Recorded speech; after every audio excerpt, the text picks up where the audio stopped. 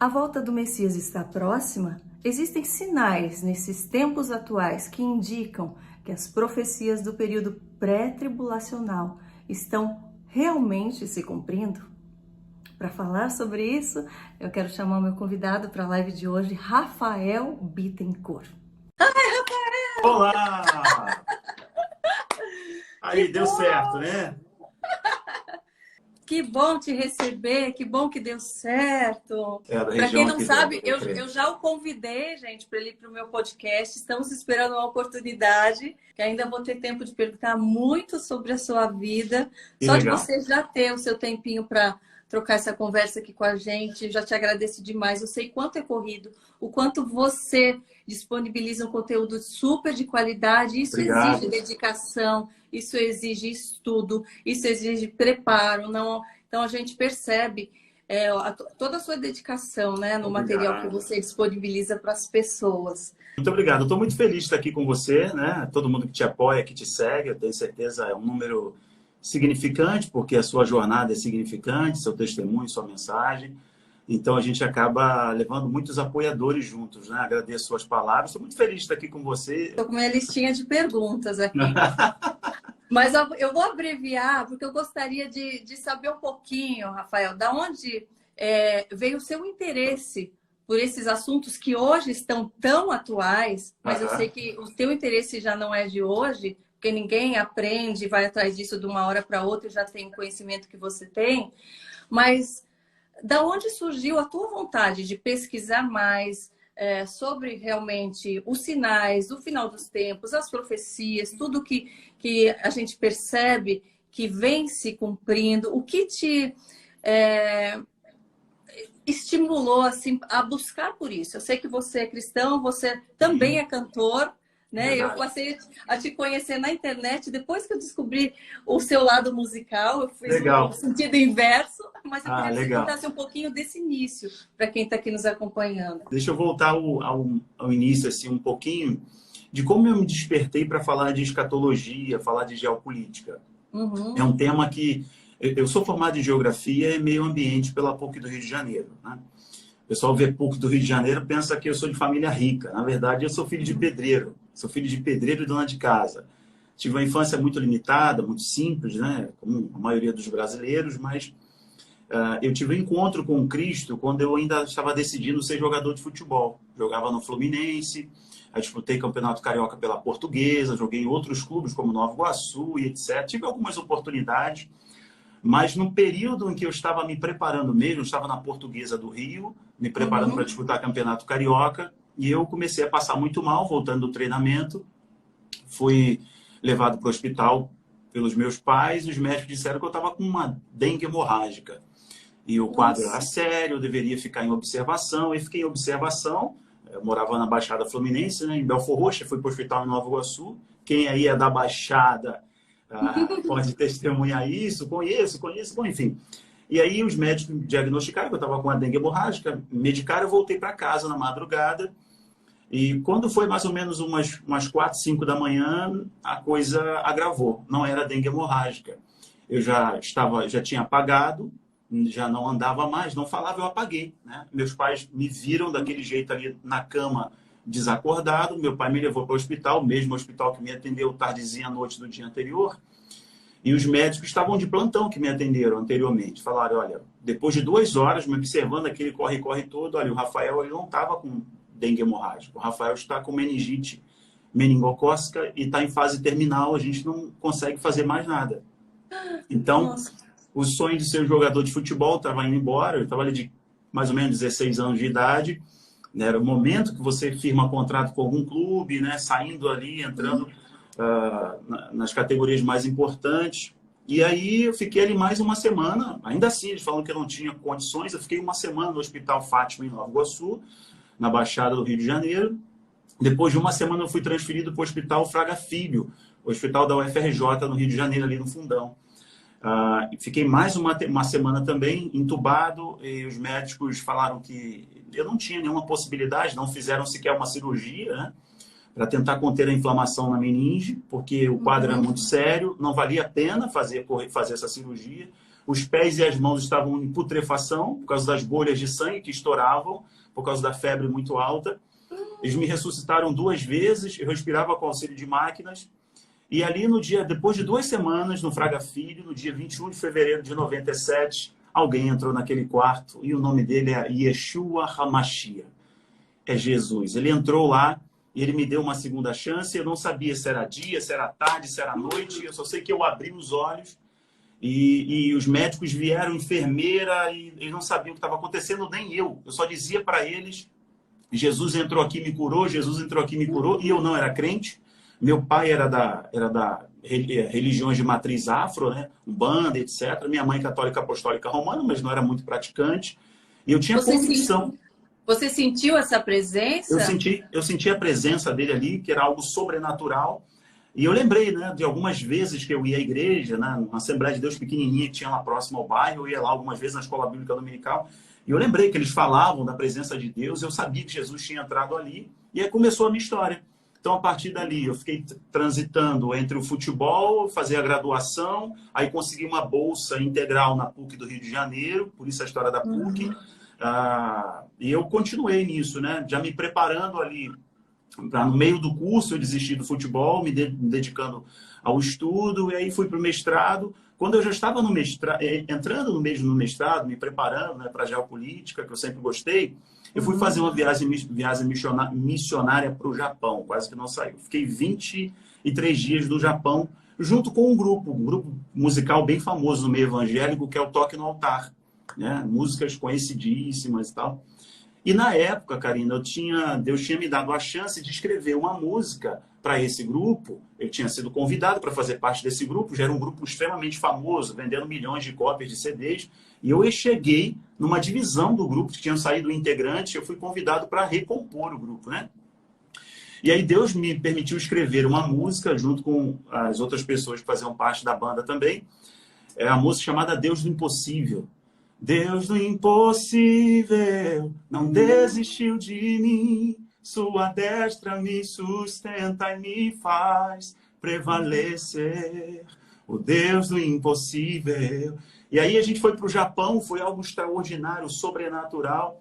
Eu voltando do Japão, no avião, eu lembro que Deus falou comigo que era hora de eu abrir mão de tudo para seguir anunciando para o mundo aquilo que ele fez na minha vida, no milagre. Então, a partir dali, eu já tinha concurso público no Rio de Janeiro, abri mão do concurso público, abri mão do mestrado, abri mão das escolas que eu dava aula e decidi me dedicar a rodar o mundo, né? Foi mais de 10 países, o Brasil inteiro, pregar, cantar, falar da palavra de Deus, mas sempre tive essa paixão pela geopolítica. E aí, o que aconteceu? Agora vamos chegar lá na geopolítica. O que aconteceu é que, em 2020, começou essa crise sanitária, né?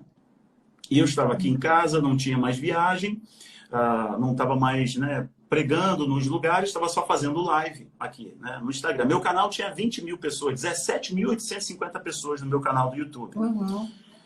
Você postava o que na época? Eu só postava músicas. Músicas tinham bastante volume, bastante engajamento, mas o canal não crescia, porque eu também não dava dinâmica a ele. Sim. Eu só postava conteúdo musical. E toda a minha formação, minha especialização, eu deixei de lado quando eu decidi lá atrás abrir mão do mestrado, abrir mão dos concursos públicos, de tudo, da carreira, para seguir uma vocação ministerial, né? Seguir um chamado. Sim. Aí, quando foi o início da crise sanitária, eu vendo o que estava acontecendo no mundo, eu falei assim, eu vou gravar um vídeo falando do que está acontecendo com a perspectiva como geógrafo, como quem se aprofundou em geopolítica, mas eu vou mostrar o que a Bíblia diz. Eu vou fazer isso. E nesse dia, Karina, para minha surpresa, eu tive 5.000 inscritos em um dia e o vídeo viralizou. E as pessoas comentavam, onde você estava? Precisamos de alguém com essa visão. Uau, glória a Deus, eu senti Deus através da sua vida. Eu falei, olha... Então, quer dizer, Deus me fez ir lá na PUC, estudar, entrar no mestrado, largar o mestrado, largar concurso público, e eu pensar que, poxa, eu lutei tanto, filho de pedreiro, fiz de tudo para entrar numa universidade, agora Deus pediu para eu abrir mão de tudo, mas no reino dele tudo tem um propósito, né? Então, hoje eu consigo unir o conhecimento de geopolítica, da formação, com a escatologia, para a gente tentar ver a Bíblia em 3D, né? Nos dias de hoje. É a nossa missão aí, mais ou menos é a minha história. E a partir daí você viu esse interesse das pessoas mesmo, e dentro de algo que você já era interessado, você viu uma oportunidade de unir as duas coisas. Falou, poxa, eu gosto tanto disso, existem pessoas querendo ouvir isso, vou investir, e sabendo que é para algo positivo, que tem um propósito, e que você, falando desses acontecimentos e ligando, né, a história, a Bíblia e tudo mais, você está colaborando para um ministério, né? Você está colaborando para espalhar a palavra também. Porque já já a gente vai falar o que tudo isso tem a ver com Bíblia, que tem gente às vezes que não entende. O que esses acontecimentos do mundo têm a ver com a Bíblia? A Bíblia é uma coisa, é Deus, é Jesus. O que tem a ver? Né? Algumas pessoas que ainda não viram nenhum vídeo teu ou não se aprofundaram, acham que é mera especulação, que é baboseira, que é brincadeira. Teoria da conspiração. Teoria da conspiração, que já não é mais teoria. Então, agora a gente vai entrar nesse assunto, que as pessoas... Eu percebo as pessoas com mais sede por conhecimento nos dias atuais, assim, apesar de muitas estarem perdidas, as que tinham uma luzinha ali parece que estão se acendendo, estão se levantando, e eu sinto essa urgência no mundo, sabe? E é importante, acho que a gente alertar. Eu falo que é muito bonito a gente falar do amor de Deus, da salvação, de Cristo, Perfeito. Mas é importante a gente falar do alerta, para que a gente não seja levado como cordeirinhos bobos por aí, né? Exato, a gente está levantando uma bandeira, né, como cristão, uma bandeira que ela é muito preciosa. Ela é muito preciosa. Então, que a gente fique alerta também. Eu falo, não é à toa aqui, né, que foi nos pedido para vigiar e orar. E essa é uma forma de a gente vigiar. A gente ficar atento aos acontecimentos, a gente prestar atenção em tudo, para que a gente não seja levado, né, pela aquela religiosidade emocional, que não presta atenção, que acha que é só orar e que tudo é uma besteira, né? Então, vamos falar sobre isso. Vamos embora. Jesus fez isso com os discípulos. Os discípulos queriam uma receita mágica, né? Receita mágica. Senhor, quando vai ser? Mateus 24, Lucas 21, Marcos 3. Jesus, quando vai ser essas coisas? Destruição de Jerusalém, a tua volta. Jesus deu para eles os sinais. Os sinais são justamente sinais, né? Por exemplo, você está numa tempestade, tudo que você quer ver é um farol, é um porto, é uma sinalização, é algo que te conduz ao caminho, te mostra qual é a direção. Então, Jesus deu para eles o norte. Qual é a direção? Os sinais. Então, por isso é importante você estar atento, justamente para não ser enganado nesse tempo de tantos questionamentos, né? O mundo desbussolado, mas a igreja é em Cristo. Acho que esse é o sentido.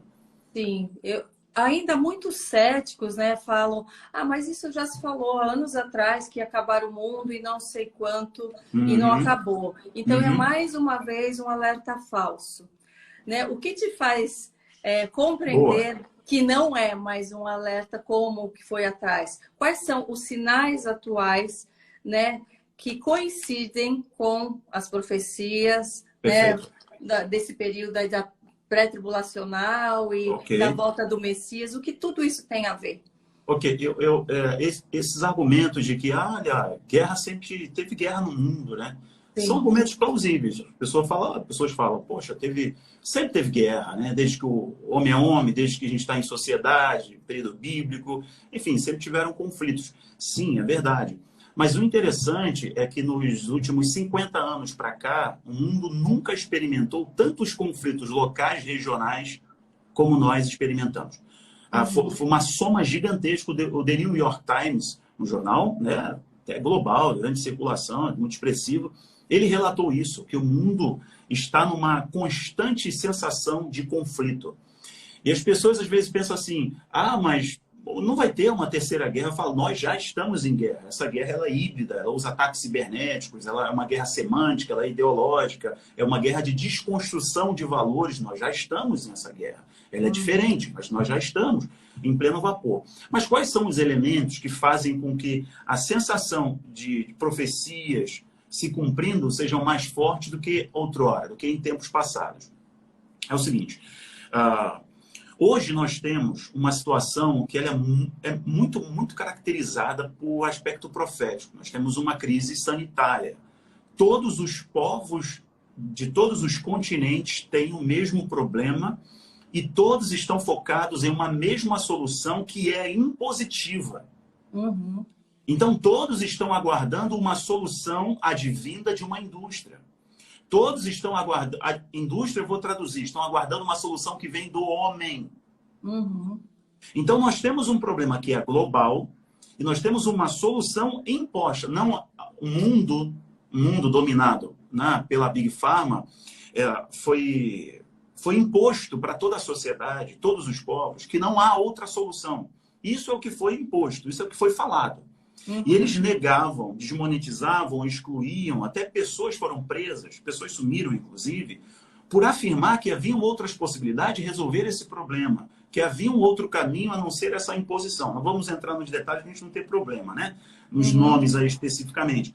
Mas nós temos um problema de ordem sanitária, um patógeno, né, que é esse CBD, né, esse bichinho aí, que foi feito lá, realmente foi feito lá intencionalmente para isso. Ok, perfeito. Foi feito lá e tem a solução para ele. Junto com essa solução, a solução para ele vem junto com um passaporte, um dispositivo verificador que versa sobre o controle populacional. Então, veja, Jesus está voltando... Seria um ensaio para algo maior, seria uma programação para as pessoas irem acostumando a aceitar que, olha, essa é a única solução, para depois ser implantado de uma outra forma, com algo ainda mais, né, dominante, né? Exato. Então temos uma situação que mexe com o emocional, mexe com a vida de todo mundo, que é o quê? Saúde. Todo mundo quer ser salvo, né? É claro, a pessoa tem a sensação de morte, eu quero viver. E a pessoa fica cega, ela aceita aquilo, não adianta você falar o contrário. Eu vi pessoas que intelectualmente eram de outro nível e entrando debaixo de um jugo de toda essa ordem global, falando, meu Deus, será que essa pessoa não está vendo o que está acontecendo? Não, a Bíblia diz que o Deus desse século é cegar os olhos da humanidade para que eles não vissem a verdade. Esse é o trabalho das trevas, é fazer com que as pessoas não conheçam a Cristo, é o objetivo central. Mas voltando aqui, a pergunta é o seguinte, por que agora é diferente dos outros tempos? Nunca tivemos tantos rumores de guerras, nunca tivemos tantas regiões reclamadas por grupos separatistas, extremistas. Nunca tivemos isso como temos agora. Nunca tivemos uma perseguição cristã em nações fundadas em pilares cristãos no mundo. Jesus disse assim, por amor a mim vocês seriam perseguidos, vocês vão ser odiados no mundo. Então o que a gente vê hoje de imposição ideológica, de ideologia de gênero, de todas as imposições tem a ver com a desconstrução da civilização judaico-cristã. Judaico-cristã é porque o cristianismo veio do judaísmo. Então, o que é isso? A base da família, a moralidade cristã, a noção de céu, de inferno, de pecado, de juízo. Então, toda essa desconstrução, mexer nessa questão, como se identifica o gênero, é tocar na gênese da sociedade, em princípio, na força motriz do mundo, que são os valores judaico-cristãos. Então, veja, perseguição cristã. Hoje a gente vê a maior nação cristã do mundo, os Estados Unidos, esse movimento foi do início do século XIX para cá, é muito mais acentuado, proíbe oração em empresas, em lugares públicos, uma pessoa pode ser processada, um empresário que fizer uma oração, ele pode ser processado por um funcionário, por assédio religioso, não tem mais, antigamente lia-se a Bíblia, não pode mais. Então, a maior nação cristã, seja pelo um jogo político ideológico dos democratas, ou seja lá quem for, mas tem uma perseguição cristã, sim, porque são valores. Hoje, o Canadá, por exemplo, está vivendo uma grande ditadura. O Canadá foi uma nação cristã. Ora, a bandeira do Canadá, o slogan é a última fronteira livre do norte. Veja o que é o Canadá hoje. Olha a Austrália, olha a Nova Zelândia. Então, essa crise sanitária, ela trouxe a reboque todas as imposições que têm a ver com sinalizações do fim dos tempos. Perseguição cristã, cancelamento da cultura cristã. Isso foi uma grande desculpa para fechar igrejas de modo arbitrário. Eles acharam um modus operandi de cancelar, né, os opositores. É só você falar que é um problema de ordem pública, de saúde pública, e pronto, tornou-se aceitável você fechar na mão grande uma igreja, tolir, impedir até a pessoa de exercer o seu direito de liberdade religiosa, liberdade de expressão, etc. Agora, temos também coisas avançando na tecnologia, que são preparações para o fim dos tempos. O que, Rafael? Já vou falar de Israel, que para mim é o mais forte, tá? Sim. A tecnologia tem caminhado para, assim, porque unem-se tecnocratas e globalistas, e eles se unem para um propósito final. Nós estamos vendo empresas como a Neuralink, do Elon Musk, agora pedindo já, inclusive, ao FDA autorização para fazer testes do implante cerebral, do microchip cerebral em humanos. já que estão fazendo em porcos, né? Nós temos empresas correndo em grande velocidade para esse transhumanismo, né, ficar mais forte, para dar longevidade, em nome da longevidade, em nome de um aspecto de saúde, você permitir que o ser humano viva mais. Daniel, capítulo 12, versículo 4, o anjo apresenta-se a Daniel e fala assim, Daniel, cerra as palavras desse livro, porque nos últimos tempos o conhecimento, a ciência se multiplicará, os homens correrão de um lado para o outro. Aí está falando justamente da multiplicação do conhecimento e da ciência. Hoje, o transhumanismo, que tem 4 vertentes, mas basicamente nós veremos o ser humano, em nome dessa longevidade, em nome desse benefício de saúde, ter algo tecnológico sobre si, um implante sobre si. Né? Tem cientistas de Israel, inclusive, a Karina falou, eu compartilhei com o pessoal no canal, falando que está construindo órgãos por demanda. Sim, órgãos eu vi sobre isso. Pois é, esse é filme. Inclusive tem um filme bem interessante, Os Coletores, né? Que eles vão lá pegar os órgãos de quem está usando um fígado sintético, ele é híbrido, né? Ele é orgânico e também sintético, o material que o compõe, mas se a pessoa não pagou o aluguel, eles vão lá, retiram o fígado e a pessoa bateu as caçuletas. Isso é filme, programação preditiva. Hoje, a ciência já se prepara. O líder do Fórum Econômico Mundial, o Klaus Schwab, né? O Klaus Schwab é o rosto dos senhores do mundo, ele é só um rosto. Quem manda realmente não aparece. Ele disse que em 2025 o ser humano vai ter um chip cerebral. E esse chip cerebral vai dar a ele longevidade e vai dar uma capacidade cognitiva muito superior. O homem vai estar conectado à internet. Mas o interessante é que o próprio Klaus Schwab disse na semana passada, na conferência de Munique, ele disse que o mundo precisa de uma identidade global conectada em um dispositivo no corpo. Então vamos conectar os pontos aqui, é o seguinte. Uma crise sanitária, a solução foi a picadinha, né? A canetada foi a picadinha, e você precisa de um dispositivo verificador, que já está derrubando em Israel, Israel já derrubou o passaporte, Reino Unido também, em vários lugares, né? Não conseguiram. Mas qual foi o grande teste? Imponha isso para o mundo. Hoje foi fácil burlar, em vários lugares você não precisava apresentar, estava a plaquinha no restaurante, na entrada, você precisa verificar aqui se você tomou a picadinha. Aí ninguém olhava, a pessoa podia forjar no papel e etc. Agora, o Klaus Schwab diz que a identidade vai ser global, vai ser digital, e ela vai estar conectada, ligada a um dispositivo no seu corpo. E ele já disse anteriormente. Para você fazer tudo, você precisaria disso. Você não tem mais documento, você não tem passaporte para tudo, para você comprar, para você mostrar quem você é, para tudo você seria obrigado você ter isso. Né? E não vai ter como burlar, porque vai estar no teu corpo. O próprio tio Bill... A não ser que você daí fuja do mundo, vá morar numa caverna e fique lá para sempre, né? Exato, mas o que a Bíblia diz? A Bíblia diz sobre o sistema da besta, eu aconselho todo mundo a falar sistema, porque a marca da besta não é uma coisa só. A marca da besta é um sistema. Por quê? Fala que a ninguém, grandes e pequenos, pobres e ricos, livres e servos, a ninguém será dado o direito de comprar ou vender se não tiver a marca. Então, a Bíblia está falando sobre totalidade. Para ter totalidade, nós precisamos de tecnologia amplamente difundida, divulgada e aceita. Então, tem que ter muita propaganda. Você tem que convencer a humanidade, tem que confinar as pessoas em casa de novo, para mapear o mundo, espalhar o 5G ou o 6G, como 2030 o 6G já está aí na cara do gol, domínio do Japão, dos Estados Unidos e da China. Então, você precisa dessa tecnologia, precisa de internet e mais.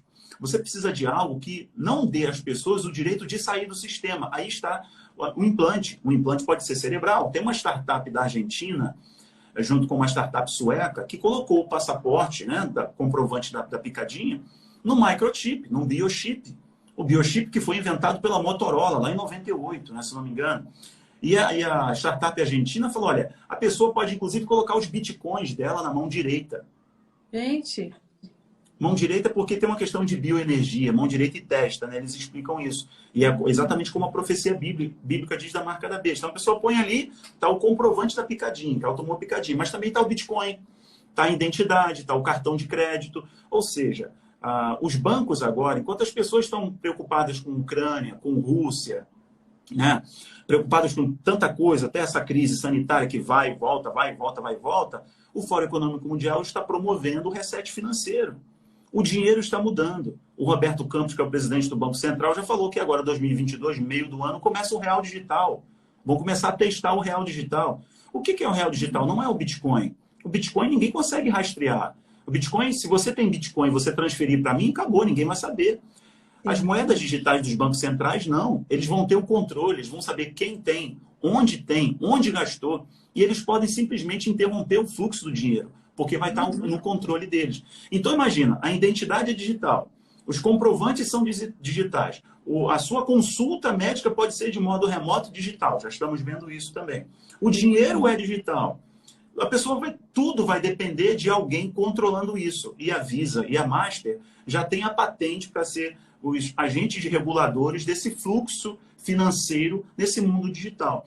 O último sinal, que para mim é o mais importante, mais evidente, de que realmente nós estamos no fim dos tempos, é que Jesus nos ensinou que no dia do Senhor, no dia próximo da colheita, nós deveríamos olhar para a figueira. Aprendam o exemplo da figueira. Quando vocês virem que estiverem brotando, né, os frutos estão brotando, é porque esse dia está se aproximando. É óbvio que ele está falando de Israel. E desde o voto de Minerva, né, de Oswaldo Aranha, brasileiro, reconhecendo a criação do Estado de Israel, para cá, Israel se tornou uma potência agrícola no meio do deserto, cumprindo a profecia de que o deserto floresceria. Israel descobriu uma bacia de gás e petróleo que deu, inclusive, um destaque geopolítico regional para Israel muito grande. Israel fez acordos de paz agora com nações árabes. Quem diria que um presidente de Israel, Karina, ia entrar no palácio do príncipe herdeiro dos Emirados Árabes Unidos e eles iam tocar o hino de Israel com a bandeira de Israel, saudando o Criador, um país muçulmano, um príncipe muçulmano, ali respeitando o hino de Israel. Quando na história o judeu é odiado pelos muçulmanos? Eles são odiados. Isso é porque uma religião global está sendo formada no mundo. Uma religião que a BBC chamou de uma religião sem alma. O Papa Francisco está por trás disso também. Ou seja, os acordos de paz mostram para a gente um farol gigante, sinal, preste atenção, porque o Senhor está mostrando que tudo está acontecendo. Fora a natureza, né? Eu poderia gastar mais um tempo falando dos sinais da natureza. Estão aí, a natureza está sinalizando de que realmente, né, estamos no início das dores de parto, né? Mas, enfim, tem muitos sinais, a gente poderia ficar um tempão aqui papeando só sobre os sinais, seria bem legal. E para a gente entender, assim, qual seria esse interesse, né, desses líderes globalistas, dessa aliança, né? Quais seriam os interesses? Eles gostariam de dominar o mundo para quê? Para destruir a humanidade? Para quê? Olha, apenas para ser colocado no poder e fazer o que eles querem, usarem as pessoas como fantoches? O que está por trás desse interesse, né? Então, quem está no... pense naquela pirâmide, né? Estamos falando de globalistas, etc. Pense naquela pirâmide, né? Não precisa nem colocar o olho de Horus ali em cima, não. Pensa só na pirâmide. Quem está na base da pirâmide é o que sustenta o topo, a visão do topo. Está no topo. Vamos pensar na base. As pessoas que estão na base são seduzidas em técnicas de manipulação de massa a ascender, a ganhar representação na sociedade, a ganhar poder, a ter destaque financeiro. É o que Jesus disse, que esse mundo é guiado por Mamon. O Deus desse século é Mamon. Então ele convence através do dinheiro a classe artística a fazer os acordos mais escusos e mais sinistros, né? A entrar e realmente fazer concessões que uma pessoa em uma insanidade, mesmo com valores firmes, não faria. Então convence a pessoa por acesso, por status, por poder, a ter influência. E onde estão os acordos? Agora, quem está lá no topo faz por um fator religioso, não faz por dinheiro, não faz por poder, faz por um fator religioso. Que fator religioso é esse? Eles acreditam que esse mundo precisa de um iluminado. Esse mundo precisa de um solucionador. E aí eles usam toda a base dos produtores de filmes, dos produtores artísticos, até a questão cultural é muito influenciada com os valores luciferianos, com os valores satanistas. Porque quem está lá no topo, aquele número bem pequenininho, não vou nem falar o nome para a gente não ter problema, mas tá bem lá em cima, eles fazem porque são adoradores de Satanás. Eles adoram o diabo. Sim, são os adoradores. Aí vocês vão ver alguns E por vídeos que dos adoradores. por que escolhe adorar um bicho desse ao invés de adorar Deus e adorar Jesus? Porque é mais fácil receber o que se quer sem pensar no dia de amanhã, porque vão pagar, né, com a vida, com a Não, própria mas aí é que alma. tá, é porque Satanás é enganador. Olha, a Bíblia chama de luz, a gente acabou chamando de Lúcifer por causa de uma briga na Igreja Católica. Uma briga na Igreja Católica chamaram de Lúcifer, porque era um bispo católico da Itália, São Lúcifer. Tanto que na Itália tem uma igreja de São Lúcifer.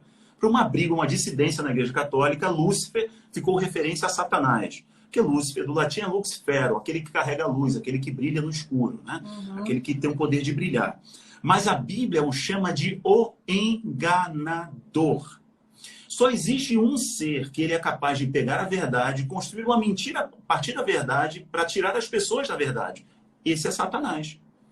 A Bíblia o chama de o enganador. Tanto que ele tentou enganar o Filho de Deus. E se Jesus não estivesse ali 40 dias jejuando, é por isso que o Espírito o levou para o deserto, o diabo imaginava que poderia enganar o Filho de Deus, ao exemplo do que aconteceu no Jardim do Éden. Então ele é enganador. Ele convence as pessoas de que toda essa moralidade judaico-cristã, de todo esse negócio de céu, de inferno, isso não existe. O diabo não é tão mal assim. O inferno não é tão mal assim. Isso é toda uma construção do imaginário manipulador das religiões monoteístas. Existe até uma vertente do satanismo, que é o luciferanismo, que é a parte mais cultural e filosófica, que eles falam, nós não adoramos a Satanás. Nós entendemos que precisamos de uma luz, e essa luz revela a grandeza do espírito humano, que é o acausual. Isso está nas ordens satanistas mais secretas. Tem alguns livrinhos ali que eu gosto, às vezes, de mergulhar nisso, nesses materiais mais pesados para orientar as pessoas. Eles acreditam que esse ser foi prejudicado pela narrativa cristã, judaica cristã, de que Satanás ele não é tão mal assim. Ele é um ser que conduz as pessoas a uma iluminação espiritual. A pessoa se descobre. Como assim se descobre, Karina? Ela se livra desse peso de pecado. É isso que eles convencem. Se livre desse peso de pecado. Viva tudo. Você pode ter as maiores orgias. Você pode fazer tudo. Inclusive, eles fazem as coisas mais absurdas, que, enfim, não convém nem falar. Porque Satanás ele tem o poder de distorcer a verdade, criando uma mentira. Isso se chama sofisma. É uma mentira com aparência de verdade. É uma mentira, mas ele construiu no imaginário coletivo, através de toda essa manipulação cultural, acesso, dinheiro, poder, que isso vale a pena. E hoje nós temos pessoas que se opõem ao que a Bíblia diz, porque acreditam que é uma manipulação para poder aprisioná-las. Enquanto, na verdade, Jesus disse, olha, se você conhecer a verdade vai criar algo tão poderoso dentro de você que é liberdade. Pois se o Filho do Homem vos libertar, verdadeiramente sereis livres. Aí o que a Bíblia diz? O mundo será preparado para o anticristo. Essa ordem pequenininha que controla o mundo, que controla os bancos, estão aí os Rothschilds, que são exemplo disso, né, que estão por trás da coroa britânica, da coroa portuguesa, enfim, do governo francês. Eles estão por trás da independência do Brasil. Foram eles que financiaram o Brasil para reconhecer a independência. Aí tiveram o direito de explorar os ouro e diamante do Brasil. Eles estão por trás da criação da Rede Globo, da TV Globo. Foram eles que financiaram. Eles estão por trás do JP Morgan, dos maiores bancos do mundo nos Estados Unidos. Eles financiaram Napoleão, as guerras. Eles estão por trás disso tudo. Quem são eles? São da Cabala. São da Cabala, que é a feitiçaria do judaísmo. Então, eles querem trazer essa iluminação para o mundo. Veja. O Illuminati. Pronto, aí você falou o termo. Eu não queria falar para não prejudicar a live, mas você que está falando, mulher. Pois é, então assim, as pessoas precisam ter consciência de que será que as coisas que acontecem no mundo, essas distopias, esses ciclos ininterruptos de caos, são à toa? Olha, nós estamos no ano de Shemitah. Shemitah são os ciclos, né, de 7 em 7. No ano de Shemitah, agora a Rússia reconhece a autonomia de duas regiões separatistas num ciclo de Shemitah. Nossa, e sempre acontece ou uma guerra ou uma crise econômica, sempre nos ciclos de Shemitah. Porque nós temos uma elite que controla as coisas dinâmicas do mundo. Porque eles lucram muito com isso e vão induzindo para o quê? Tem uma coisa que eu vou pedir a todos os seus apoiadores aqui, seus intercessores, seguidores, e talvez os mais experimentados já conheçam. Deem uma pesquisada. Lá no meu canal tem um vídeo, tem vários vídeos somente sobre isso. A Georgia Guidestones, que são pedras guias da Georgia. É um monumento erguido. Assim, o título ali de quem criou aquele monumento, quem colocou aquele monumento, a priori foram o pessoal da Rosa Cruz, né? Foi a Rosa Cruz. Mas não se sabe direito quem colocou ali. Lá tem os 10 mandamentos da NON. NON é a nova ordem, sabe? Mundial. Lá tem os 10 mandamentos da NON. O primeiro mandamento deles é a redução populacional. É o primeiro mandamento. Porque para eles esse mundo é insalubre, com tantos bilhões de pessoas assim. Eles escreveram 10 mandamentos em vários idiomas. Em hebraico, em inglês, em francês, por aí vai. Vários idiomas. 10 mandamentos. 10 mandamentos para um mundo melhor. Se opondo aos 10 mandamentos de Deus. Então, se o mundo foi guiado até aqui pelos mandamentos de Deus, o mundo será guiado por uma humanidade iluminada pelos mandamentos da nova ordem. E o primeiro é justamente a redução das pessoas. O mundo é insalubre. Eles são eugenistas, né? Então precisa purificar a humanidade. E grandes líderes se levantaram com essa bandeira eugenista, né? Enfim, são 10 mandamentos e versa também o controle populacional. Precisa que controlar. Tem a ver com a desestrutura familiar também, né? Porque a partir do momento que se tem um padrão familiar, o homem, a mulher, a geração de filhos, você está perpetuando, né, a criação de Deus Exato. Né, os seus valores. Sim, então, a partir do momento que você destrói esse conceito, você está evitando que se multipliquem. Então, teoricamente, vão ter menos pessoas no mundo, as pessoas vão ter menos filhos. E esse é um dos fatores, né? Uma das formas, né?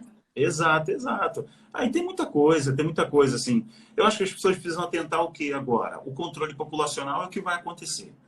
E isso foi muito claro agora, né?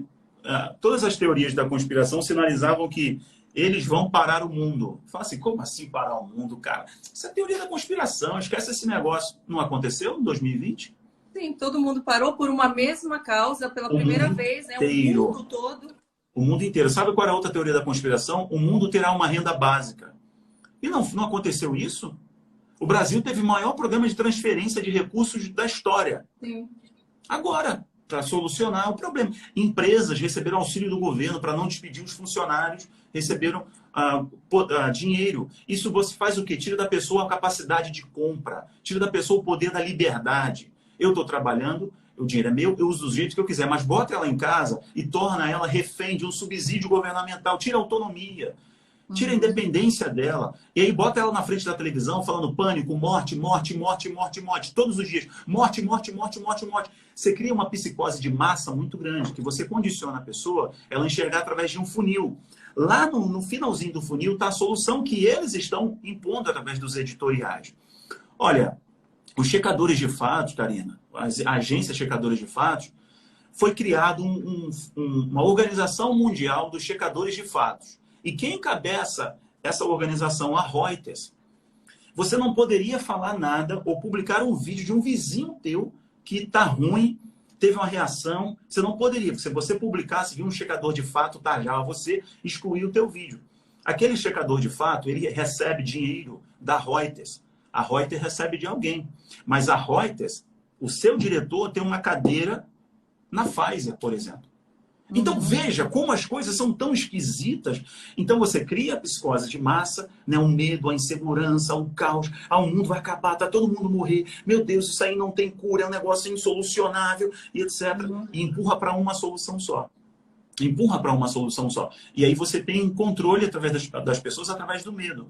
A Bíblia diz que o verdadeiro amor, ele lança fora todo o medo. Ele está falando de Jesus. Então quando a gente conhece Cristo, o poder libertador é tão grande que a nossa mente se abre, é o que Paulo fala, né? Não vos conformeis com esse mundo, em Romanos 12, mas transformai-vos pela metanoia, a renovação da vossa mente. Você precisa ampliar a sua mente com a palavra de Deus. E a palavra faz isso na gente, né? Faz a gente experimentar o que os olhos não estão vendo, mas que o Espírito Santo pode nos conduzir através da sabedoria. Sabedoria só vem de Deus, né?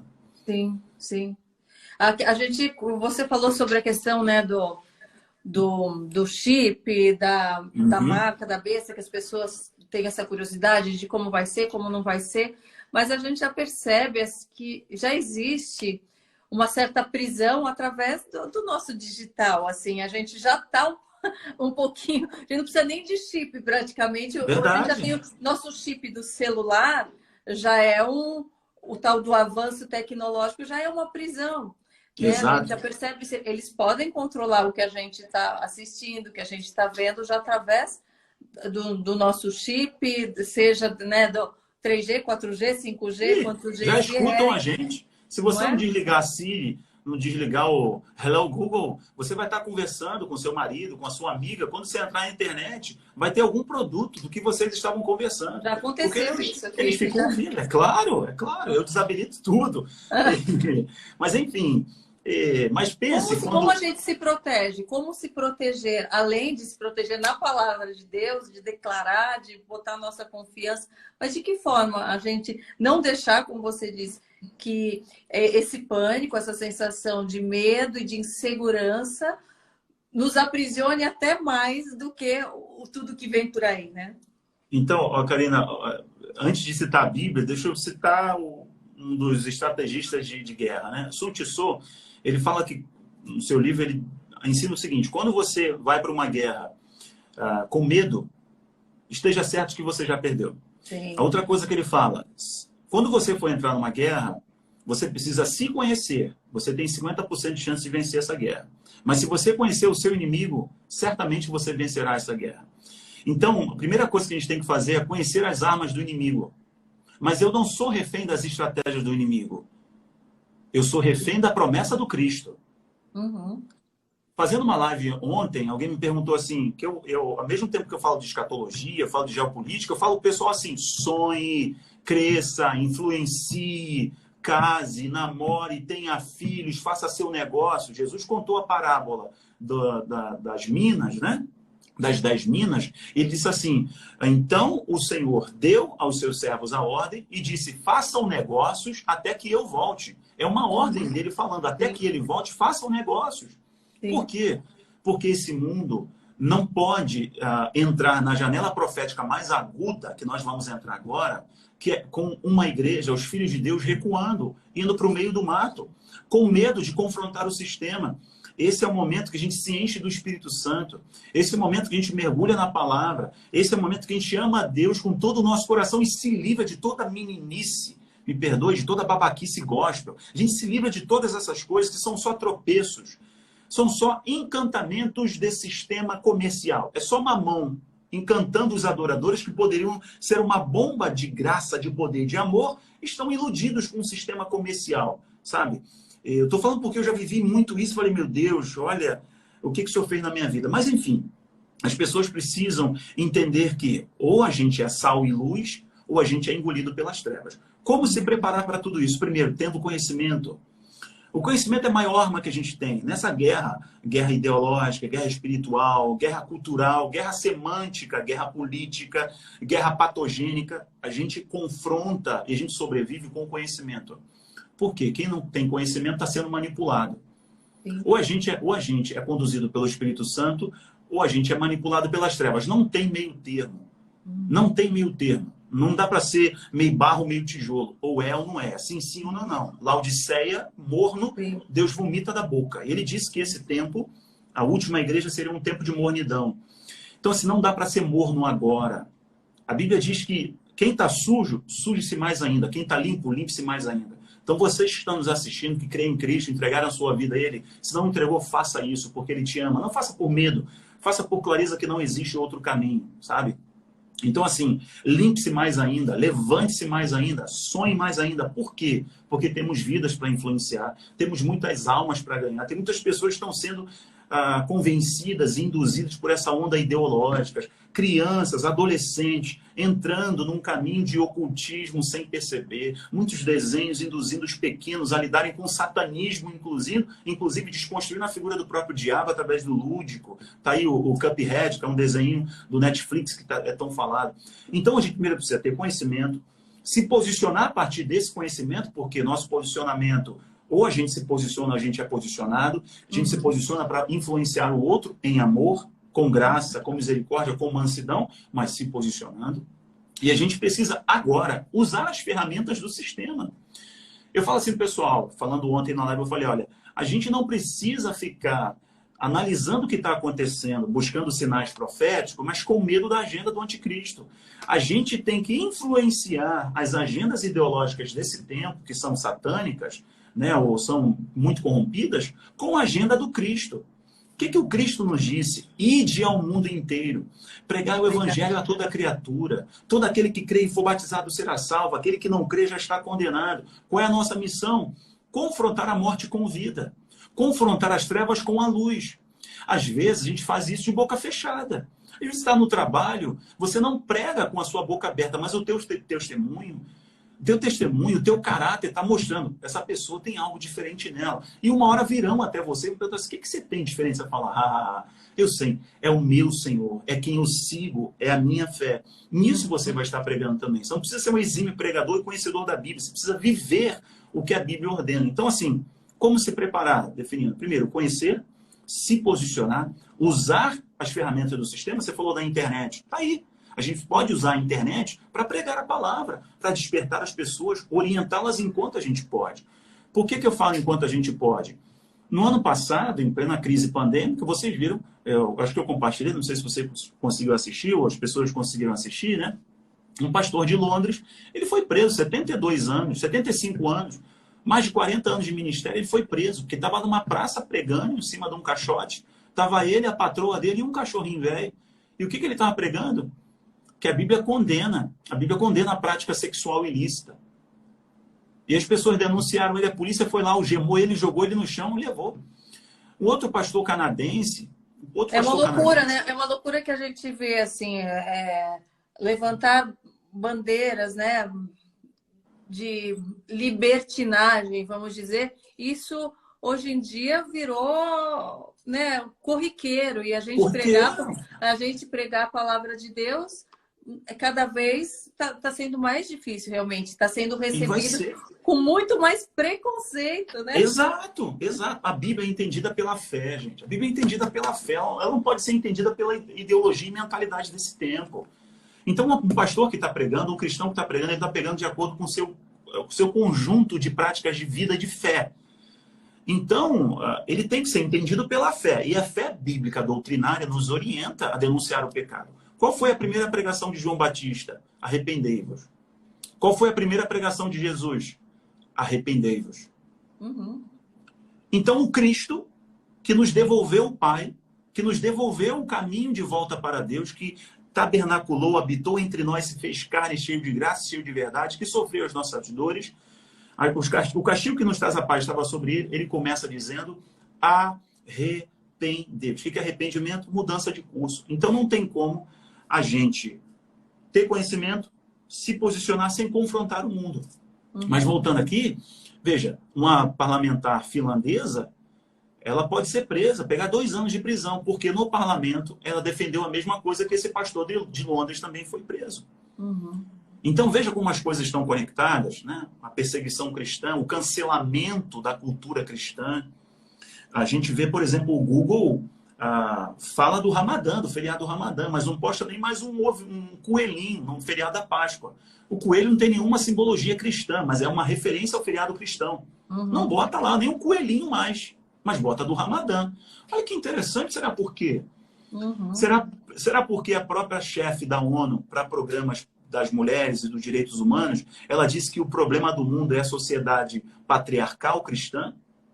Será porque veja como as coisas se conectam? Então, nós temos um cancelamento da cultura cristã, a perseguição cristã, que é muito, muito grande, ela é muito séria, mas a gente se prepara tendo clareza e confrontando isso à luz da palavra. É claro, com amor, porque sem amor, né, Paulo diz, eu posso falar a língua dos homens e dos anjos, eu posso ser exime muita coisa, se não tiver o amor que é Cristo revelado em nós, não adianta nada, não vale de nada. A gente só vai esbravejar um monte de coisa e não vai funcionar. Se fizer com amor, mas com conhecimento, posicionando-se em verdade, eu tenho certeza que vai arrastar uma multidão e vai ser muito relevante. O Senhor andou com 12 pessoas, 12 mal acabados, 12 mal acabados. Os discípulos de Jesus eram as piores escolhas. Se fosse um time de futebol, ele escolheu o pior time, só perna de pau, só pereba, só pereba. Mas ele mudou a história da humanidade. Com o quê? Arrependimento, perdão, graça, verdade, justiça, arrependimento. Esse é o nosso caminho. Então a gente se prepara não fugindo, não tendo medo, é tendo clareza do que está por vir, e maior é aquele que está conosco, né, do que aquele que vem no mundo, né, diz a palavra. Então, aquilo que está no mundo não é maior do que aquilo que conduz a nossa vida. Né? Eu, por exemplo, eu sou pós-tribulacionista. Eu acredito que a gente passa pela tribulação. A igreja passa pela tribulação. Eu acredito. Essa é a minha linha de interpretação, mas eu não critico ninguém que entende que a gente vai ser arrebatado quando o anticristo se manifesta. Não tem problema. Tem gente que acredita que vai ser no meio da tribulação, que é a mídia. Eu acredito que é no final. Mas eu tenho certeza de uma coisa. Prepare-se. Porque o nosso rei, ele está vindo. E a vingança é do Senhor. E ele não vem como Jesus paz e amor. Não vem. Ele vai fazer divisão dos que servem e dos que não servem. A natureza vai se curvar diante dele. Ele vem com uma espada na mão, ele vem com anjos poderosos. O bicho vai pegar o pau, vai quebrar. E a igreja tem que anunciar isso para o mundo. Sai desse pecado, abandone essa vida. Refaz o curso da tua vida. O teu dinheiro não é nada. O teu dinheiro não é nada. Uma hora o dinheiro acaba. Eu conheço um amigo aqui, uma família muito... Meu amigão mesmo, um filho na fé. Ele, outro dia, encontrou comigo e falou assim: Rafa, acabei de vir de uma agência ali. Pô, cara, meu pai comprou um carro que vai ficar pronto daqui a 1 ano. Um carro de muito caro, cara, muito caro, muito caro. Eu falei, mas por que teu pai comprou esse carro? Ele, cara, não, a pandemia deu a ele uma sensação de morte, então ele quer torrar o dinheiro dele. Veja, dinheiro não é nada.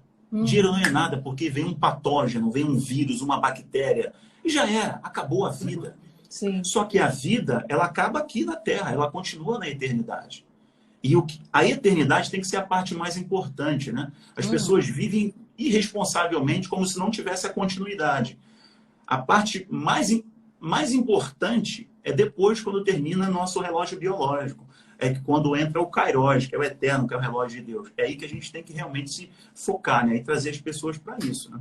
Você acredita que essas pessoas que estão, né, dominando todas essas áreas, né, influenciando tantas pessoas, elas não pensam nessa vida eterna? Elas pensam só no agora, ou elas acham que são tão poderosas que realmente vai tudo ser dominado pelo lado mal e pronto? Não, elas não acreditam em vida eterna. Isso é linguagem poética para eles. Isso é linguagem poética. Isso é um conto religioso para manipular as pessoas através de um medo da eternidade, etc. Eles vivem hoje. Aos que foram iludidos com o movimento que veio dos anos 60 para cá, com o movimento da nova era, então eles acreditam por uma questão de evolução espiritual, né? do seu karma, então você vai evoluindo espiritualmente, etc. Isso é justamente o sofisma.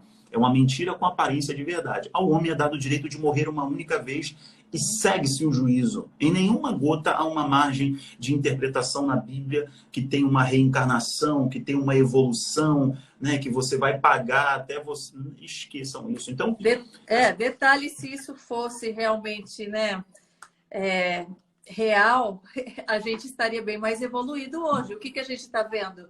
Se fosse, né, tantas 1000 encarnações, estaríamos todos flutuando aqui de bondade, todos anjos já. Por que a espécie está pior? O mundo está pior, está tudo uma desgraça só. É só raciocinar, gente.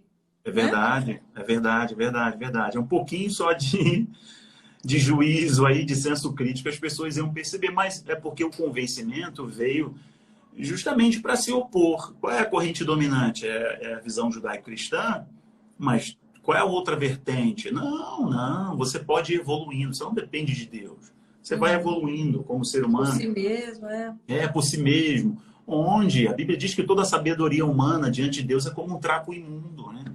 É como um trapo imundo. Então, assim, se a gente É não tiver... a força do universo. Quem criou tudo isso? Quem está mandando essa força? De onde vem a força, né? Tudo, vou falar, pedir para o universo vai vir. Fica um misticismo, uma ladainha que na prática não tem aonde se agarrar, porque quem estuda a Bíblia, quem vê exatamente o oposto disso, né? É verdade. Deus nos alertando de que isso faz com que a gente se perca, de que a gente, né, atrase o nosso caminho, de que a gente abra brecha para o inimigo, né? Então... E Jesus alertou, né? Jesus alertou que nos últimos dias surgiriam falsos mestres, falsos cristos, vãs doutrinas, enganadores, se possível, enganariam até os próprios escolhidos. Veja, vai ser muito bem arquitetado, vai ser ardiloso, é muito sutil. Isso está dentro da teologia também, isso está dentro da igreja. Isso está dentro da igreja, prostituindo a própria doutrina cristã, relativizando a Bíblia. Quer dizer, a Bíblia não é inerrante, a Bíblia precisa ser atualizada. Veja como é sutil. Você tem a teologia que antigamente era a missão integral, né? Depois teve, agora a gente está a gente está no cristianismo pop, na teologia queer. Quer dizer, veja que coisas que você fala assim, meu Deus, há tempos atrás eu não imaginaria que eu estaria falando de teologia queer. Igual fui pregar numa igreja recentemente, eu tenho coragem de falar e eu falo, gente, vocês precisam se livrar da teologia queer. Pessoal, como assim teologia queer? É isso mesmo, teologia queer. A metodista norte-americana, ela se dividiu. Porque tem pastores que são queer. Tem pastores que são queer. São pastores que eles se identificam como não, eu sou queer, eu gosto da cultura drag, eu tenho essa visão, e inclusive eu tenho essa prática, mas eu sou pastor, eu tenho a minha fé em Jesus, eu acredito na Bíblia, eu prego a Bíblia. Rachou a metodista, não a metodista do Brasil, a metodista norte-americana. Ela rachou. E vejam, igrejas estão sendo forçadas judicialmente a reconhecer aqueles que querem mergulhar nesse cristianismo pop, nessa teologia queer. Então, perceba como isso é sutil. E Jesus nos avisou que esse tempo chegaria. Jesus falou que os homens seriam amantes de si mesmos. Os homens, a iniquidade seria tão grande. Iniquidade é quebrar a lei de Deus. Por isso que o anticristo é chamado de o iníquo. Iníquo, do original, é aquele que não tem lei. Que lei é essa? São as leis que regem o mundo. Que leis que regem o mundo? A lei de Deus. A lei de Deus. Então, por isso que cresce a perseguição cristã, o cancelamento doutrinário, né? Cancelar, impedir que eles tenham voz, tiram deles a narrativa, deixam uma única narrativa. E aí você consegue, infelizmente, manipular as pessoas. Né? A gente vai chegar uma hora que a gente vai ser resistência a tudo isso, como já temos presenciado, mas a gente tem que continuar em amor, em graça e com verdade, mas falando o que tem que ser falado, não tem jeito. Você acredita que há localizações no mundo em que está pior ou está tudo, né, já sendo, pela questão da globalização, sendo colocado em prática ao mesmo tempo? É algo que estão trabalhando no mundo da mesma forma em todos os lugares? Ou eles estão segmentando? Eu acho que eles sempre criam campos que são as zonas geladas, né? Que, por exemplo, eles criam as áreas de teste que estão experimentando para poder se ampliar para o mundo inteiro, divulgar isso globalmente, né? Por exemplo, agora o Canadá é uma demonstração do que é a ditadura. Por exemplo, as pessoas que financiaram o comboio da liberdade, dos caminhoneiros que protestaram, né, pararam as pontes, são mães, que são pais com crianças nas ruas, jovens, adolescentes. Você não vê ali como o Justin Trudeau disse que eram terroristas, mas você não vê terroristas ali, é impressionante. Mas ele, inclusive, está confiscando a conta bancária dessas pessoas. Eles divulgaram em um blog, fizeram vazar, quebraram o sigilo bancário dessas pessoas para expor essas pessoas. Ele declarou estado de sítio. Veja, isso é um teste. Por quê? Não confronte o sistema. Não faça isso, porque se você confrontar o sistema, você vai perder seu trabalho, você não vai ter trabalho, você não vai ter sustento, você vai perder seu caminhão. Veja, o mundo em pandemia, o mundo por causa da pandemia, todo mundo estava aplaudindo os caminhoneiros. Poxa, a gente está aqui em casa se alimentando porque vocês estão fazendo a distribuição aí, principalmente o Brasil, né? A distribuição de mercadorias, de comida no Brasil depende dos caminhoneiros. Sim. Obrigado, caminhoneiros do Canadá, do mesmo modo. Obrigado, caminhoneiros da malha rodoviária, muito obrigado. Mas agora o sistema, eles se posicionaram contra o sistema, os caras estão sendo tratados como criminosos, estão sendo presos. Então, nós temos áreas no mundo que servem de exemplo. Eles fazem assim, olha, isso que vai acontecer se você se rebelar contra o sistema. Veja, no próprio Dragão Vermelho, lá no país lá do Oriente, você consegue ver claramente que o controle populacional está em voga. O teste é lá. Com o quê? Com o crédito social. O que é o crédito social? Um aplicativo, através de um grande Big Data, né, que o próprio presidente, o Xi Jinping, ofereceu à ONU. Na conferência da ONU, ele disse, ó, nós temos o maior Big Data do mundo e podemos disponibilizar para a ONU. O que ele faz? Ali tem todos os dados dos cidadãos. Se você é um bom cidadão, você tem crédito, você tem financiamento, você financia a sua casa. Se você é um mau cidadão, o que é um mau cidadão? Vai contra o sistema. Ah, mas é claro. Oh, mas é claro. Veja se isso não é um teste. Mas quem começou o crédito social? É aí que a gente tem que se aprofundar. Quem começou o crédito social, ele não era crédito social. Foi um projeto que começou com o Bill Gates, o tio Bill, né? Eu chamo de tio Bill, para não ser excluído, eu chamo de tio Bill. Começou com o tio Bill, junto com o seu parceiro indiano, um tecnocrata indiano, que investiram quase $1 bilhão em um projeto no maior censo digital da história da humanidade, chamado Aadhaar, da Índia. O maior censo da história da humanidade foi feito na Índia, Aadhaar. Qualquer um aí pode pesquisar. Se escreve exatamente como se fala, Aadhaar, só que com H. Aadhaar. E como começou o Aadhaar? É um crédito social. Vamos saber quem é realmente, o que é a Índia, quem pagou. Na época, ele era ainda CEO da Microsoft. A Microsoft, junto com o tecnocrata da Índia. E quem estava por trás? A ONU. Logo depois, a ONU lançou um projeto que é o ID 2020, ID 2020. O que a ONU queria? Nós queremos fazer uma grande identidade global, um censo global, para poder otimizar as políticas públicas, para poder saber quais são o perfil populacional de cada região. Então, a gente precisa mapear o globo inteiro. Aí começaram as teorias, né? Esse ID 2020 é da Microsoft junto com a ONU. É verdade, era a tecnologia da Microsoft disponibilizada para a ONU. Mas primeiro ela foi testada onde? Na Índia. Logo depois disso, o ID 2020 não foi para frente, mas ele evoluiu para quê? Para o crédito social chinês.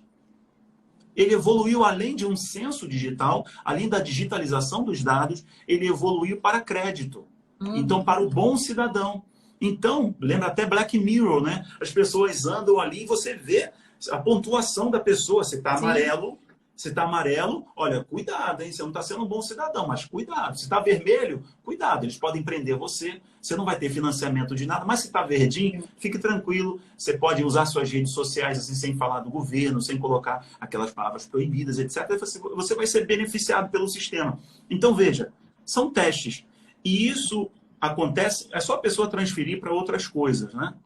Se a pessoa quiser transferir para os testes, né, dos sorinhos aí, das vitaminas, tem um filme que mostra aquele jardineiro fiel, ele mostra o que acontece na África. Ele mostra mais ou menos o que aconteceu ali. Né? Tem uns exageros, porque é arte, né, é cinema, mas mostra uma realidade.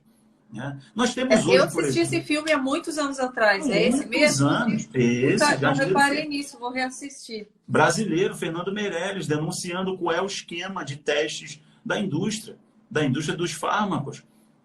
Olha, logo no começo, o meu segundo vídeo no canal foi mostrando como que o diretor-geral da Organização Mundial de Saúde ascendeu ao cargo. Como que ele chegou no cargo? Como que ele foi eleito? O filósofo Tedros Adhanom, como que ele chegou no cargo? Ele competiu com uma médica cardiologista paquistanesa, que era top das galáxias. Mas ele, como filósofo, ganhou. Por que ele ganhou?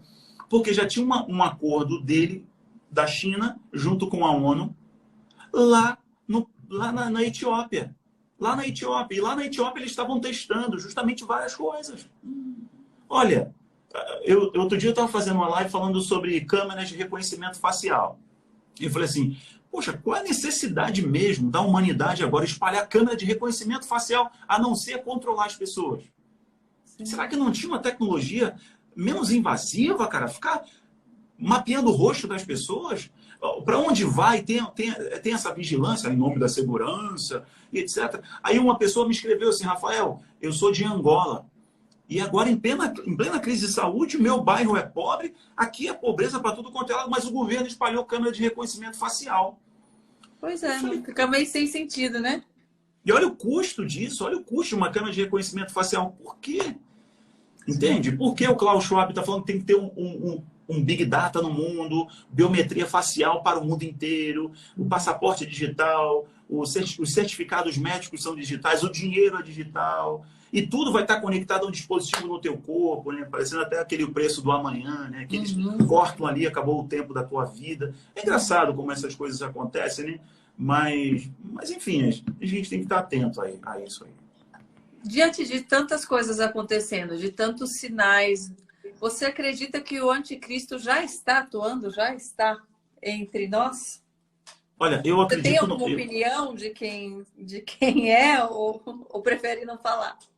Karina, assim, isso foi até uma coisa que fez as pessoas se identificarem lá com o canal, e eu não estou falando por vaidade, falo com humildade, mas com consciência, que é o seguinte... as pessoas nunca me viram opinando, falando esse é o anticristo, aquele é o anticristo, porque é muito comum, até nas pessoas que já estão há muitos anos trabalhando com escatologia, sinais proféticos, né, fim dos tempos, e elas têm meu aplauso, eu estou aqui honrando essas pessoas que vieram antes de mim e têm muito mais crédito, dominam muito mais do que eu sou só um garoto, eu sou muito raso em muita coisa, mas eu não me dediquei e eu não acho saudável esse exercício de identificar quem é o anticristo. Eu acho que é interessante nós seguirmos o que a Bíblia orienta. Olhem para os sinais. Preste atenção nos sinais. Por quê? Eu já vi pessoas inteligentes, Karina, inteligentes mesmo, assim, nas escrituras, estudiosas, dá para ver que a pessoa que, assim, na internet, no YouTube, são pessoas que erram bastante no português, não tiveram um histórico de ensino formal, mas que conhecem as escrituras em profundidade. O cara estuda mesmo a Bíblia. Mas ele peca uma coisa. Vi uns dois assim, falando, o Emmanuel Macron é o anticristo. Tal dia ele vai se revelar. Aí tal dia o Macron não se revela como anticristo. Não, o Obama é o anticristo. Pode se preparar, porque antes dele sair do governo, ele se revela. Porque o Obama, ele é muçulmano, ele é babilônio, ele é babilônico. Ele não é norte-americano. Não. Ele é da Babilônia. E ele vai se revelar. Ele saiu do poder, está no bastidor, está nos bastidores da política, ele não é um anticristo. Então, eu acho que esse exercício de dar nomes e datas é um exercício que tende a nivelar a grandeza do que a gente fala muito por baixo. Sim. Eu acho que a gente tem que olhar para o seguinte, eu não sei quem é o anticristo. Eu olho para algumas pessoas que têm atitudes que assemelham-se com as características do anticristo. Seria um só o anticristo? O anticristo é um. Ele é uma pessoa. Ele é o homem, ele é o altivo, ele é o enganador, ele é o mentiroso, ele é o iníquo. Então, ele é um homem. Ele não é um sistema, ele não é uma organização. Ele é um homem. O que é o anticristo? O anticristo é aquele que se coloca no lugar do Cristo. Então, ele diz que ele é o solucionador para a humanidade. E essa percepção, inclusive, ela está no Islã. O Islã acredita na sua escatologia que vai aparecer o seu líder também. Então, as três religiões monoteístas, cristianismo, judaísmo e islamismo, acreditam em um solucionador, um salvador. Nós sabemos que só existe um caminho, só o Senhor Jesus, ele é o Senhor e ele vai voltar. Ok, perfeito. Então, assim, o anticristo ele é uma pessoa. E ele vai se revelar para o mundo como um solucionador. Mas o que as pessoas precisam entender é que evitem entrar nisso de... Inclusive, olha, interessante. Eu fiz um vídeo, eu acho que eu fui o primeiro no YouTube do Brasil, não sei, esse exercício de ser o primeiro, isso é bobeira. Mas eu fiz um vídeo falando do Jared Kushner, o genro do Donald Trump. Casado com a Ivanka, eles são cabalistas, né?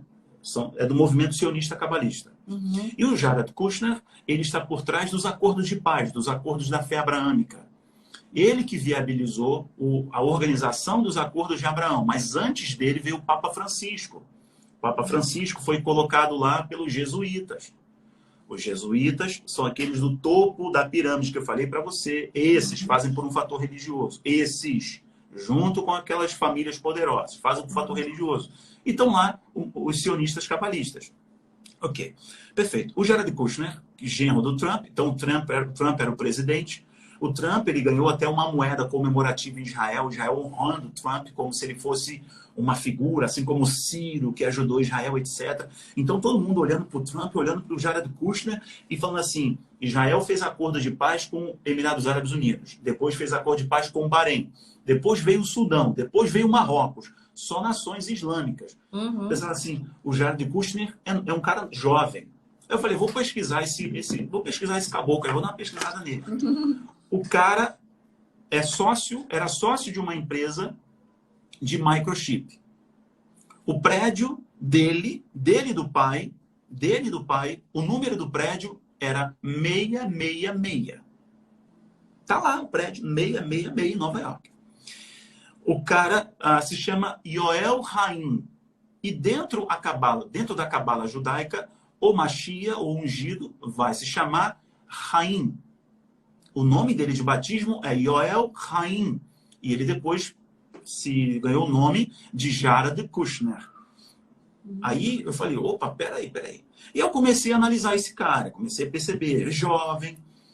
Mas qual é a conclusão que eu cheguei? Ele não é candidato ao anticristo.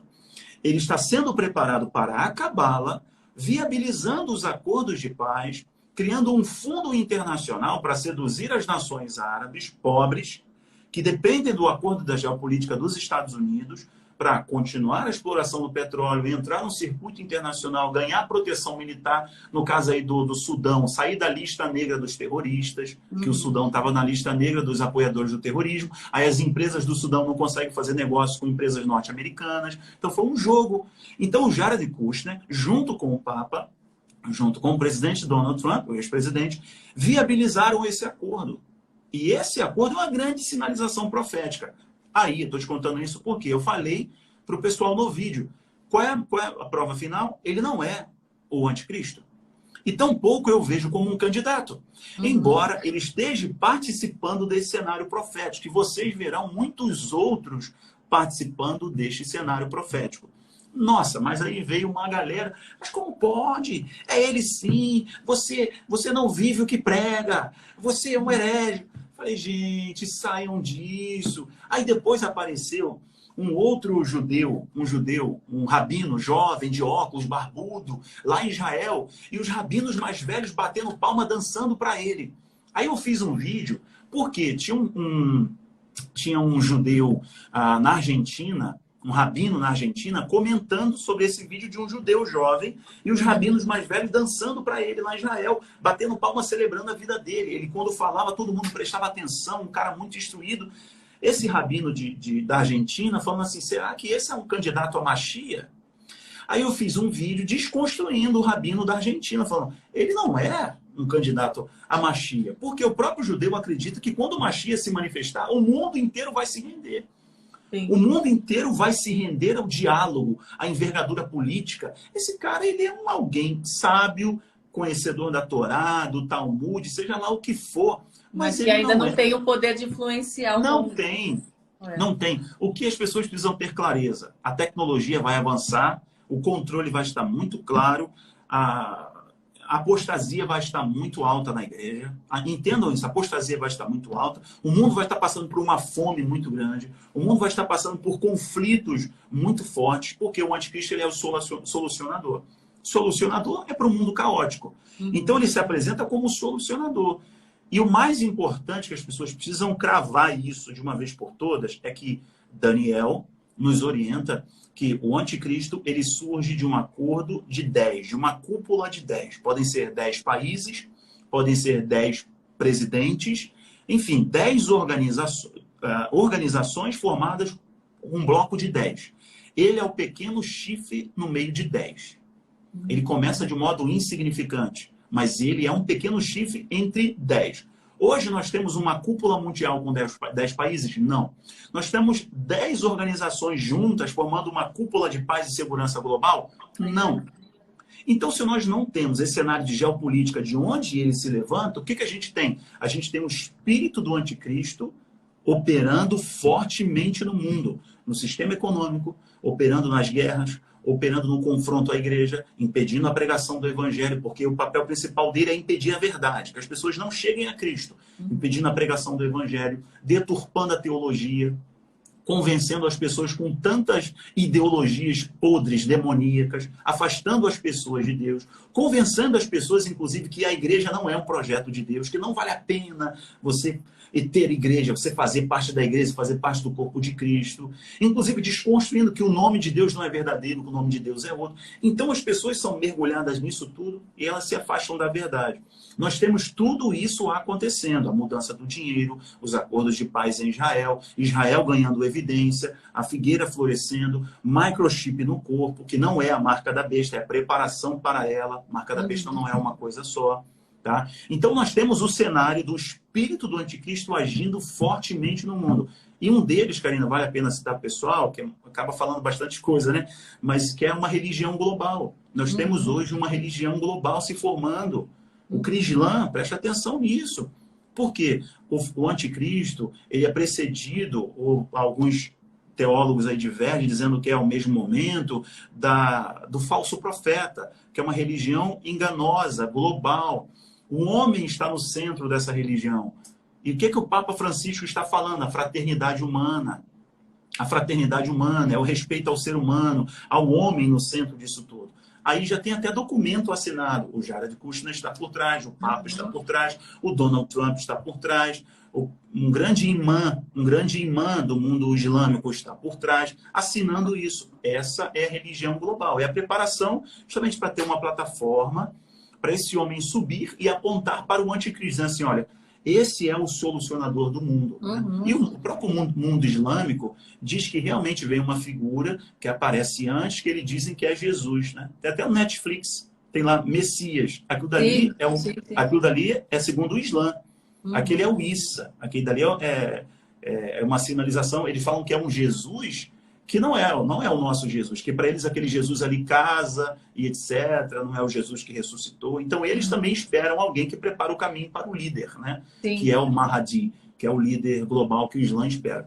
Então assim, voltando aqui à pergunta que você fez, eu não tenho um candidato ao anticristo. Existem pessoas que são impelidas pelo espírito do anticristo. Eu estou vendo o espírito do anticristo agir no mundo. Eu me arriscaria a dizer que eu acredito que o anticristo já está no mundo, eu acredito, tá? Eu acredito que ele já está no mundo, não sei dizer, não tenho um candidato e nem quero nem me apegar a isso. E também não sei quando Jesus volta, não tenho data. Já ia perguntar, você já sabe. Todo mundo me pergunta. Eu já ia perguntar, você tem ideia de 2030, quanto tempo é isso? Sim, o pessoal fala 2030 começa a grande tribulação. Eu falo, ixi, não vou nessa daí não, porque tá fadada ao erro, não vou nisso não. Aí eu falo 2030, não começa a tribulação, e acima de mim está o evangelho. Então a gente tem que primar, porque não vou me comprometer em algo que não está no meu controle, né? Claro. Meu controle está o quê? Despertar, orientar, sacudir a terra, falar do amor de Deus. E o restante, enquanto eu não sei quem é o anticristo, eu sigo a agenda do Cristo. Eu sigo a agenda de quem prometeu e vamos embora, vamos pregando a palavra, sonha, vai fazendo. Eu não sou da visão que o pessoal tem que parar. Não, a galera me escreve, Rafael, eu queria casar, mas eu tô com medo de Jesus voltar. Eu falo, meu irmão, Jesus voltou, glória a Deus, ressignificou tudo, vamos para a eternidade, maravilha, reinar 1000 anos com ele, glória a Deus, vai descer novo céu, nova terra, vamos embora, só glória e vitória. Mas enquanto eu não sei, eu não paro a minha vida. Sim. Eu não paro, pelo contrário. É aí que eu empreendo mais, aí que eu sonho mais, aí que eu falei, casa tem alguns 12 filhos aí, vamos embora. Vamos multiplicar, né? Vamos multiplicar de gente do bem, né? Vamos embora.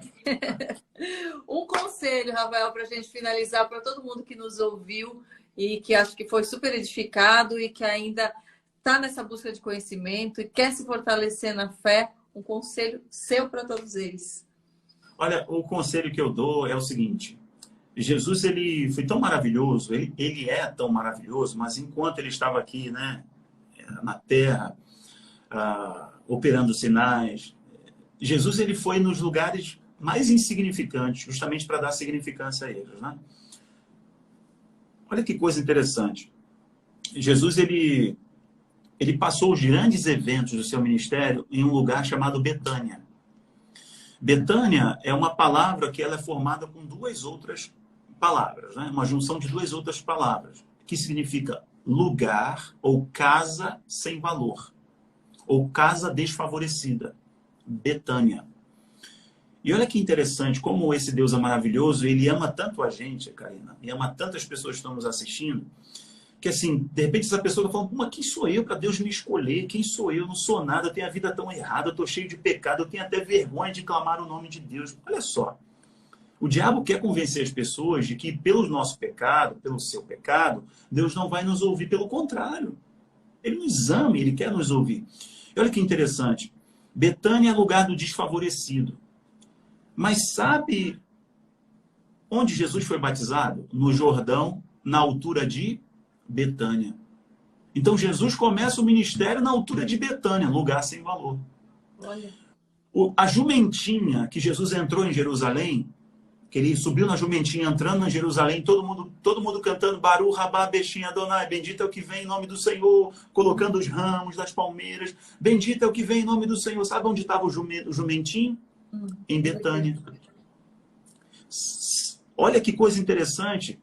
A última ceia foi na altura de Betânia.